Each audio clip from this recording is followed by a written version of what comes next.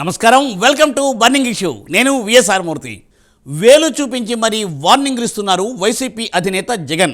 రాష్ట్రంలో law and order దిగజారిపోయిందని, తమ నేతలను కార్యకర్తలను ఇబ్బంది పెట్టిన వారిని వదిలిపెట్టే ప్రసక్తే లేదని, గుడ్డలు ఊడదీసి నిలబెడతామంటూ వార్నింగ్ ఇచ్చారు.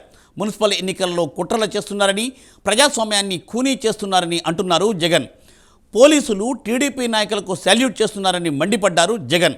ఇంతకు జగన్ బెదిరింపులు ఏం సూచిస్తున్నాయి?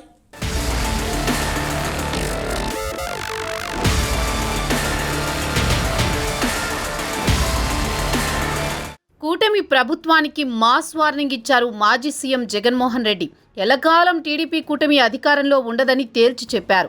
వచ్చే ఎన్నికల్లో వైసీపీ ఘన విజయం సాధిస్తుందని, అప్పుడు అందరి లెక్క తేల్చుతామని హెచ్చరించారు. పోలీసులు ఇష్టానుసారం ప్రవర్తిస్తున్నారని సంచలన వ్యాఖ్యలు చేశారు. వల్లభనేని వంశీని పరామర్శించిన అనంతరం సంచలన కామెంట్లు చేశారు. జైలు నుంచి బయటకు వచ్చిన తర్వాత జగన్మోహన్ రెడ్డి మీడియాతో మాట్లాడారు. అధికారం ఉంది కదా అని అన్యాయం చేసిన వారిని బట్టలూడదీసి నిలబెడతామని హెచ్చరించారు. ముఖ్యంగా పోలీసు అధికారుల తీరుపై అసహనం వ్యక్తం చేశారు. పదవీ విరమణ పొంది ఎక్కడ ఉన్నా తిరిగి తీసుకొచ్చి ప్రజల్లో నిలబెడతామని హెచ్చరించారు. రాష్ట్రంలో ప్రజాస్వామ్యం కూలిపోతోందని, ప్రతి చోట వీళ్లే కేసులు పెడుతున్నారు, వీళ్లే బెదిరిస్తున్నారని ఫైర్ అయ్యారు. తప్పులు చేసే కూటమి నేతలు తప్పుడు ఆదేశాలు పాటించే అధికారులను విడిచిపెట్టమని హెచ్చరించారు జగన్మోహన్ రెడ్డి.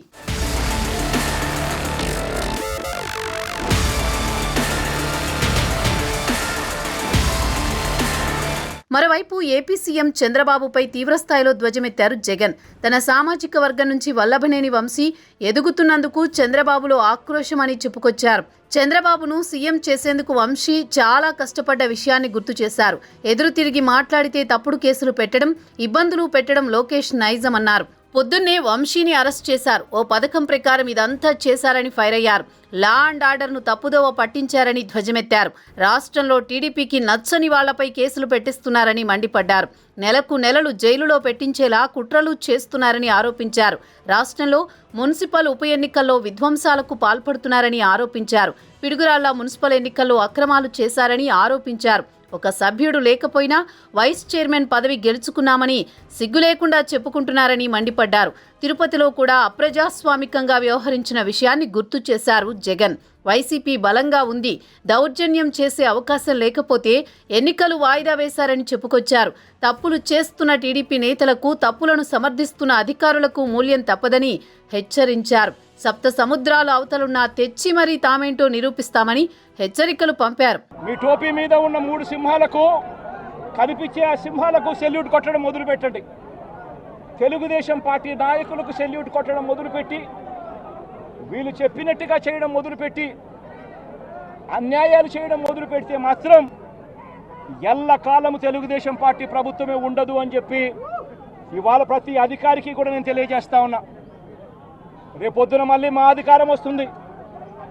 వచ్చినప్పుడు అన్యాయం చేసిన వీళ్ళందరినీ, వీళ్ళ అధికారులందరినీ, అన్యాయం చేసిన ఈ నాయకులందరినీ కూడా బట్టలు కూడా తీసి నిలబెడతామని చెప్పి కూడా ఈ సందర్భంగా తెలియజేస్తా ఉన్నాను. ఎవడిని వదిలిపెట్టేది ఉండదు. ఇదే వంశీని అరెస్ట్ చేసేటప్పుడు సిఐ అన్నాడట, నేను 1.5 సంవత్సరంలో రిటైర్ అయిపోతాను అని చెప్పి. రిటైర్ అయిపోయినా కూడా, సప్త సముద్రాల అవతల ఉన్నా కూడా మొత్తం అందరినీ కూడా పిలిపిస్తామని చెప్పి కూడా ఈ సందర్భంగా చెప్తా ఉన్నా. చట్టం ముందు నిలబడేట్టుగా చేస్తాం, బట్టలు ఊడదీస్తాం, న్యాయం జరిగేట్టుగా చేస్తాం అని ప్రతి ఒక్కరికి కూడా తెలియజేస్తా ఉన్నాం.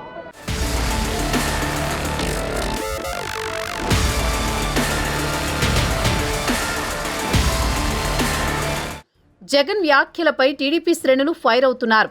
కక్ష సాధింపు రాజకీయాలకు కేరాఫ్ అడ్రస్ జగన్ అని, అందుకే అలా బెదిరింపులకు దిగుతున్నారని అంటున్నారు.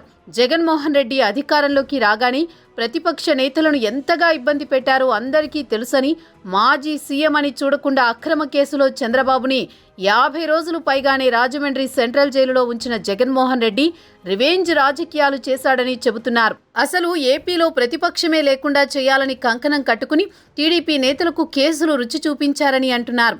మొత్తంగా చూస్తే వైసీపీ అధినేత జగన్మోహన్ రెడ్డి తీరు రచ్చకెక్కుతోందన్న వాదన సర్వత్రా వ్యక్తమవుతోంది.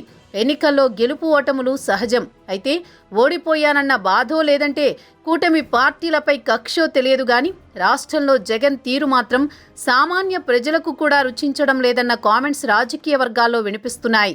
కూటమి ప్రభుత్వం అధికారంలోకి వచ్చిన తరువాత ప్రతీకారం ఎవరిపైనా తీర్చుకోబోమని, కేవలం చట్ట ప్రకారం మాత్రమే తప్పు చేసిన వారిపై చర్యలు తీసుకుంటామని చంద్రబాబు, లోకేష్ పలుమార్లు కామెంట్ చేసిన సంగతి తెలిసిందే.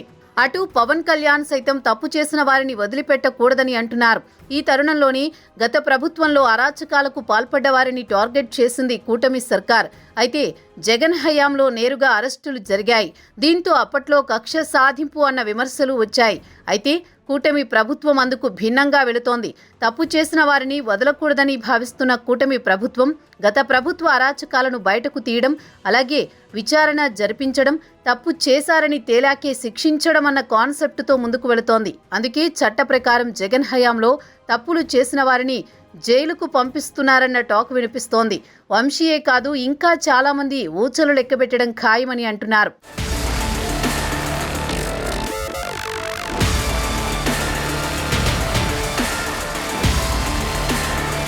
వేలాది మంది టీడీపీ, జనసేన కార్యకర్తలను ఇబ్బంది పెట్టారు. వందల మంది టీడీపీ, జనసేన కార్యకర్తల హత్యలు జగన్ సీఎంగా ఉన్నప్పుడు జరిగాయి. వైసీపీ హయాంలో ప్రశ్నిస్తే దాడులు చేయడం, అణచివేయడం నిత్యకృత్యం అన్నట్లు ఉండేవని కూటమి నేతలు గుర్తు చేస్తున్నారు. ఇక జగన్ హయాంలో సాధారణ వైసీపీ కార్యకర్త సైతం ఒక సీఎం అన్నంతగా చెలరేగిపోయేవారు. గ్రామాల్లో వారి పెత్తనం దారుణంగా ఉండేది. జగన్ పాలన నచ్చకే ప్రజలు పవన్, చంద్రబాబులను నమ్మి కూటమికి పట్టం కట్టారని, అయితే ఇప్పుడు మళ్లీ తామొస్తే ప్రతీకారం తీర్చుకుంటామని జగన్ చెబుతుండటంతో అసలు ఇటువంటి బెదిరింపులకు పాల్పడే నేతలను ప్రజలు ఆదరించే అవకాశం ఉండదని రాజకీయ వర్గాల్లో చర్చ జరుగుతోంది.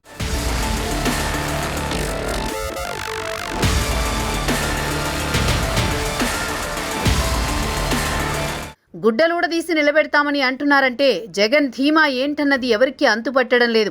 అసలు జగన్ ఎందుకు బెదిరింపు ధోరణితో మాట్లాడుతున్నారు? గతంలో అధికారం కోల్పోయి 5 ఏళ్ల పాటు ప్రతిపక్షంలో ఉన్న తెలుగుదేశం నుంచి చంద్రబాబు కానీ ఇతర నేతలు కానీ ఎప్పుడూ ఇంత డైరెక్ట్గా బెదిరించిన సంఘటనలు లేవు. మేము అధికారంలోకి రాగానే మీకు ఇదే గతి పడుతుంది, మీ వాళ్ళందరినీ జైల్లో వేసేస్తామని చంద్రబాబు గాని, లోకేష్ గాని నేరుగా బెదిరించలేదు. అయితే తప్పు చేసిన వారిని మాత్రం వదిలిపెట్టము అని మాత్రమే గతంలో స్టేట్మెంట్లుండేవి. ఇప్పుడు అందుకు భిన్నంగా జగన్ డైరెక్ట్గా బెదిరింపు ధోరణితో వ్యవహరిస్తుండడం రాజకీయ వర్గాల్లో చర్చనీయాంశంగా మారిపోయింది.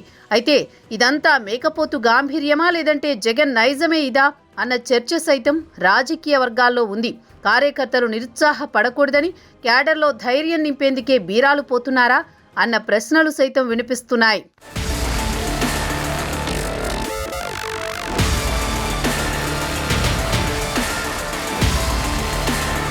విమర్శలు కాదు, ఏకంగా హెచ్చరికలే జారీ చేసేశారు వైసీపీ అధినేత జగన్. కూటమి ప్రభుత్వం మీద ఆయన ఘాటుగా రియాక్ట్ అయ్యారు. తమ పార్టీ నేతలను అరెస్ట్ చేసి జైల్లో పెట్టిన తీరును తప్పుపట్టడమే కాదు, వార్నింగ్ కూడా ఇచ్చేశారు. ఏకంగా బట్టలోడదీసి నిలబెడతాం అంటున్నారు. రాజకీయ నేతలు సాధారణంగా ఎంతో హుందాగా ఉండాలి, ప్రజలకు ఆదర్శప్రాయంగా నిలవాలి. తరువాతి తరాల నుండి కొత్తగా రాజకీయాల్లోకి వచ్చే వారికి తమ నుండి నేర్చుకునే విధంగా స్ఫూర్తిని కలిగించాలి. కానీ కక్ష సాధిస్తాం అంటూ తమ నుండి ప్రత్యర్థి పార్టీల వారు తప్పించుకోలేరంటూ బెదిరింపులకు దిగే సంప్రదాయానికి శ్రీకారం చుట్టిన జగన్ మనసులో అసలు ఏముంది? ఎందుకు ఆయన కంట్రోల్ తప్పుతున్నారు? సహనం ఎందుకు ప్రదర్శించలేకపోతున్నారు? కార్యకర్తల్లో ఉత్సాహాన్ని నింపేందుకే జగన్ ఇలాంటి కామెంట్స్ చేస్తున్నారా? అసలు జగన్ ఫ్యూచర్ ప్లాన్ ఏంటి? ఈ విషయాలన్నిటికీ కాలమే సమాధానం చెప్పాలి. ఇక ఇది ఇవాళ బర్నింగ్ ఇష్యూ. మరో ఎపిసోడ్తో మళ్ళీ కలుద్దాం. నమస్తే.